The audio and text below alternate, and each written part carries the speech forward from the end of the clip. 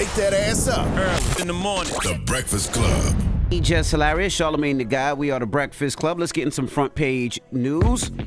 Now, yesterday, if you're into college football, the Notre Dame, 5th seed Notre Dame beat 4th seed Penn State 27-24 last night. All right. Now, good morning, Morgan. Good morning, Envy, Charlamagne, and Jess. Y'all doing all right? Yes, ma'am. Yes, indeed. All right. Happy Friday to you. Well, let's get into it. It is sentencing day for President-elect Trump. He tried to bargain with the Supreme Court and get his sentencing pushed back, but they rejected his request, and the criminal proceedings will move forward in the New York hush money case. It was a 5-4 decision with conservative judges dissenting. Chief Justice John Roberts and Justice Amy Coney Barrett sided with Sonia Sotomayor, Elena Kagan, and Ketanji Brown Jackson, while Clarence Thomas, Samuel Alito, Neil Gorsuch, and Brett Kavanaugh voted in favor of Trump's delay. Now, Trump called the decision a disgrace, adding he will seek an appeal. Let's hear more from Trump on the decision. Well, they called for an appeal, and as you know, they acknowledged what the judge said about no penalty, and there's no penalty. But we're going to appeal anyway, just psychologically, because, frankly, it's a disgrace. It's a judge that shouldn't have been on the case. He's a highly conflicted judge. And they called for an appeal. So I read it, and I thought it was a fair decision, actually. So I'll do my little thing tomorrow. They can have fun with their political opponent.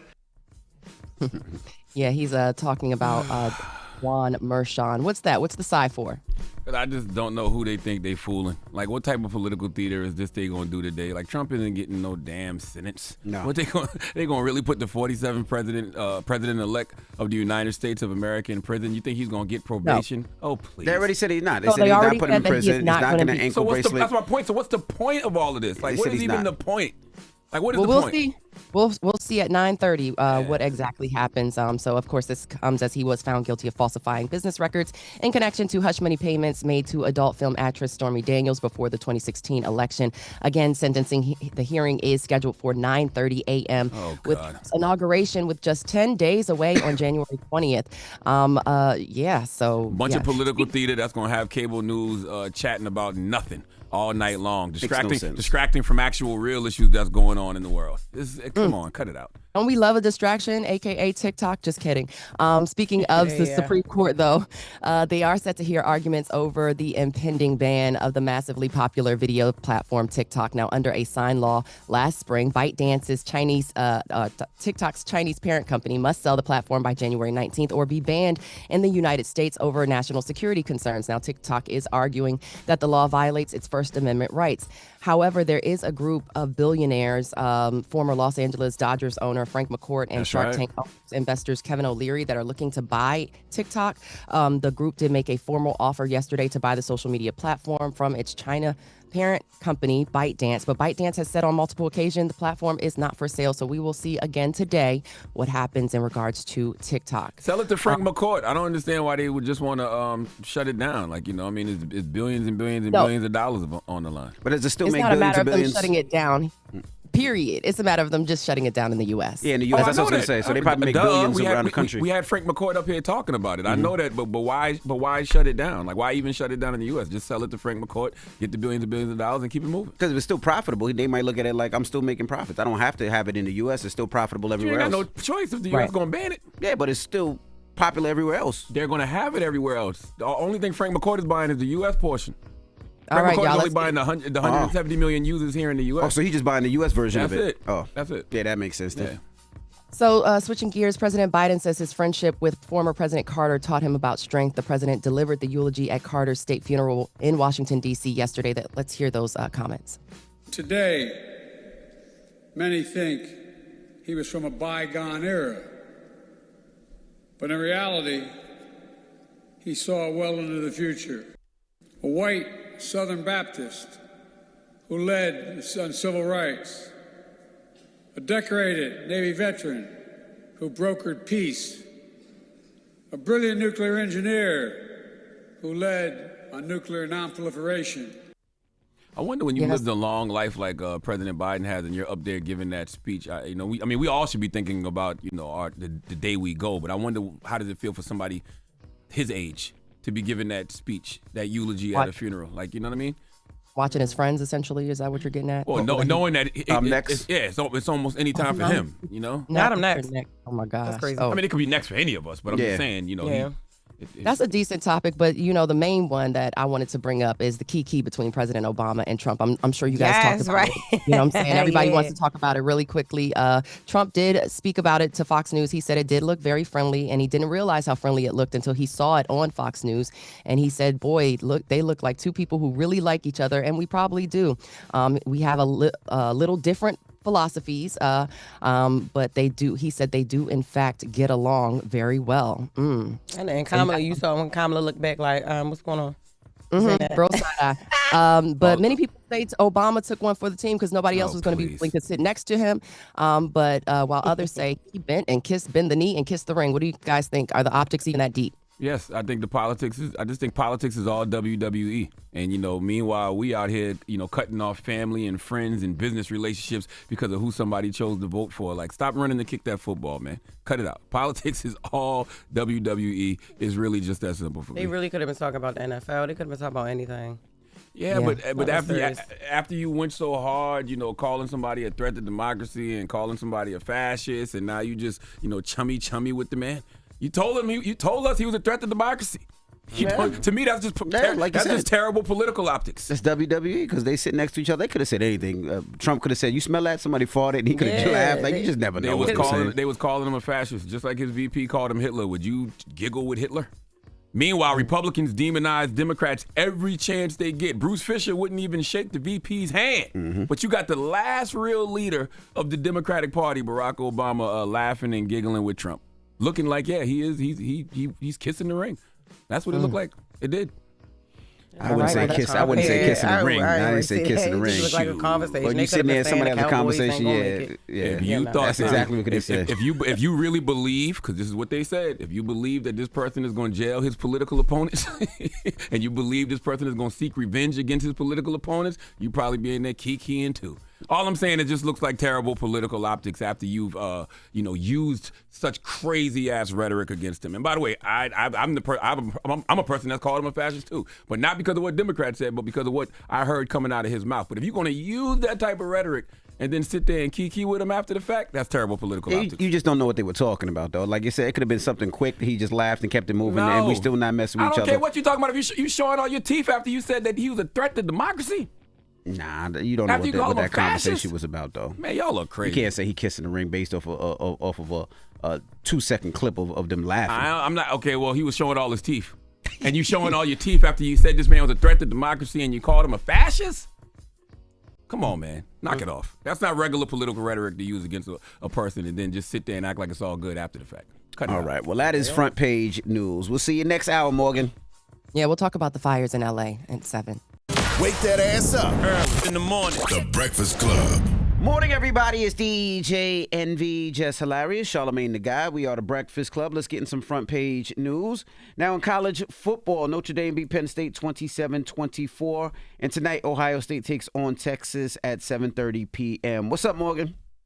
Good morning, Envy, Charlamagne, and Jess. Yes, so we are still watching the wildfires ravaging the LA area, and it is impacting sports. I know you like to start with sports. So the Southern California wildfires have forced the movement of Monday's wild card matchup between the LA Rams and the Minnesota Vikings to State Farm Stadium in Arizona. The NFL announced on Thursday that the change would be made and tickets would go on sale today. Rams head coach Sean McVay said at a presser that some members of the team's staff had their homes impacted by fires. Now, NBA announced that the Lakers game was postponed last night, and they were set to host the Charlotte Hornets. ESPN also reports that Clippers forward Kawhi Leonard left the team's road trip to be with his evacuated family, but he has since returned. Now, luckily, his home remains standing and unimpacted at last check. But, of course, stay tuned for Jess With The Mess with more updates on celebrities impacted. But the most devastating part of all of this is the death toll has continued to rise, and authorities say it will continue to at 10 confirmed fatalities at last check. President Biden telling officials in California not to worry about the bill when it comes to the wildfires. He said alongside Vice President Harris and other officials for a briefing to address the response federally. Let's hear from Biden. So today I'm announcing that the federal government will cover 100% of the cost for 180 days. And folks, I want to underscore, I told the governor and local officials, spare no expense to do what they need to do and contain these fires. It's going to pay for things like debris and hazard material removal, temporary shelters, first responders' salaries, and all necessary measures to protect life and property. So that's going to protect everybody but the actual people, right? It's just taking care of the cleanup and putting out the fire. So the actual people, if they don't have insurance or not, they're not covered. Or if people need food, or the fact that they probably lost their jobs, that doesn't cover them. Just the cleanup of LA, correct? Essentially, yes, and those people who are impacted will have to go through those processes of, the FEMAs and everything like that. Meanwhile, LA Fire Chief Kristen Crowley is providing an update, and LA Mayor Karen Bass says the city is resilient and they're looking forward to rebuilding efforts. Let's hear more from those officials. There are currently 5,316 structures that were damaged or destroyed, and unfortunately, our thoughts and prayers go out to the families. We do have a confirmed 2 fatalities. Let me just thank all of the leaders that are here with us today. I think it is a perfect example of how we are speaking with one voice. We will unify our city. We will get through this crisis, and we will rebuild a better Los Angeles. We're going to clear the way to rapidly rebuild our neighborhood infrastructure, which means roads, sidewalks, street lights, and utilities. We will clear the way to rebuild and open our small businesses and provide assistance to make it through these closures. Yeah, so shout out to the hundreds of inmate firefighters who also battled the blaze. The California Department of Corrections and Rehabilitation deployed about 800 to assist with the wildfires. I didn't know there were fire camps across the state for inmates who want to reform their skills and support first responders when they are released. Also, a possible arson suspect is behind bars in connection with a 1,000-acre Kenneth fire burning near Calabasas and West Hills. The man was arrested following a report of a person attempting to light a fire near homes in Woodland Hills at around 4:30 Thursday afternoon. That was about an hour after the fire started. Residents reportedly chased the man down and held him outside of a home until police arrived. LAPD confirmed an arson investigation is underway. The fire, that particular fire, is 35% contained, and forward progress has stopped. But a lot of the fires around the region are still 0% contained. And they anticipate that this weekend's weather will also impact and probably make things a little bit worse, with winds expected to rise again. I do say that's why you got to trust, sometimes you got to trust your discernment and trust people's discernment, because I saw a lot of people yesterday saying that they thought, a lot of these fires were arson. Because, if you've been living in L.A. for a long time, you're pretty used to wildfires. This one is a little bit different. There's a lot of different conditions, especially with the winds and stuff. But there was a lot of people out there saying, man, no, I think this is arson. Right. And clearly some of those people were right. And contrary to what some may believe, posted on the internet, what you may see on the internet, the Hollywood sign did not burn down due to the wildfires. Fake images of the Hollywood sign burning or being surrounded by fire is going viral on social media, making some people think that the landmark has been lost, but that in fact is not the case. The chairman of the Hollywood Sign Trust tells Forbes magazine the images and videos are likely AI generated. Yeah. Oh, that's why Chuck D posted that thing about burn Hollywood burn yesterday. I didn't realize why he was posting that, but that's probably was the reason why. Mm-hmm. All right, guys, switching gears from fire on the West Coast to ice on the East, bringing things home to you guys in New York at a time when New York City Mayor Adams is supposed to be battling corruption charges, and he's touting his accomplishments in his 4th State of the City address. Now, Adams said his administration has accomplished a lot when it comes to keeping New Yorkers safe by putting thousands of new officers on the street and taking nearly 20,000 illegal guns off the streets. He also noted his war on rats, saying he launched the trash revolution to move every single trash bag off the streets into containers. The mayor also talked about 2 ambitious initiatives he plans to launch, tackle street homelessness, and the other involves building 100,000 new affordable housing units in Manhattan. Let's hear more from Aaron. Hey, real quick, he lying about that trash now. There's trash everywhere in New York City. Well, you got to show me where that. I ain't seen that. You can't. My eyes don't lie. My eyes and my hips don't lie. Okay, I see trash everywhere. There's trash everywhere. There's trash everywhere in New York. Okay, well, let's hear more from Mayor Eric Adams on the State of the City address and his action plans to address those who are dealing with those who are mentally ill and homeless in the city. Let's hear it from Eric Adams. We know that too many New Yorkers cycle between the hospital and homelessness. So we're going to build a new housing facility just for unsheltered New Yorkers with serious mental illness. We can't just walk past them and act like they can take care of themselves when they can't. I could be wrong, but I thought they said a lot of times those homeless people or those mentally ill people don't want to live in those facilities. Like that's some though. You can't. That's not the whole. Like that's what they were saying. A lot of them just don't want to live, and they feel like those facilities aren't safe. So you're not wrong, but you know what else they say? They also say that a lot of these facilities get closed down, and these people don't have no place to go. So you know, I really do hope they implement that because you know the reality is people with mental health issues, you know, especially homeless people with mental health issues, it's not fair to them or us that we all have to interact. Like those people need help. So when they out in the street having an episode, we can clearly see something is wrong.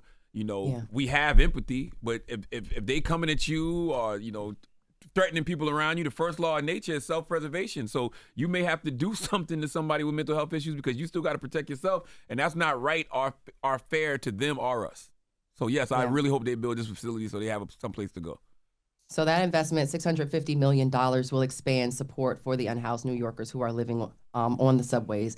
And of course, after recent horrifying events in which the woman was torched to death on the Brooklyn F train and 3 people were stabbed to death on Manhattan in separate incidents, the mayor says that the new facility will attempt to break that cycle in which unstable people are brought to emergency rooms, stabilized, and then released back into society. So hopefully, like you said, there will be some reform in regards to that. And that's pretty much it for me, guys. You know, happy Friday. That's your front page news. I'm Morgan Wood. Follow me on social at Morgan Media. And for more news coverage, follow us at Black Information Network. Download the free iHeartRadio app and visit us at BINnews.com. Go Ravens flock. You already know. Thank you, Morgan. All right. Wake that ass up Early in the morning. The Breakfast Club.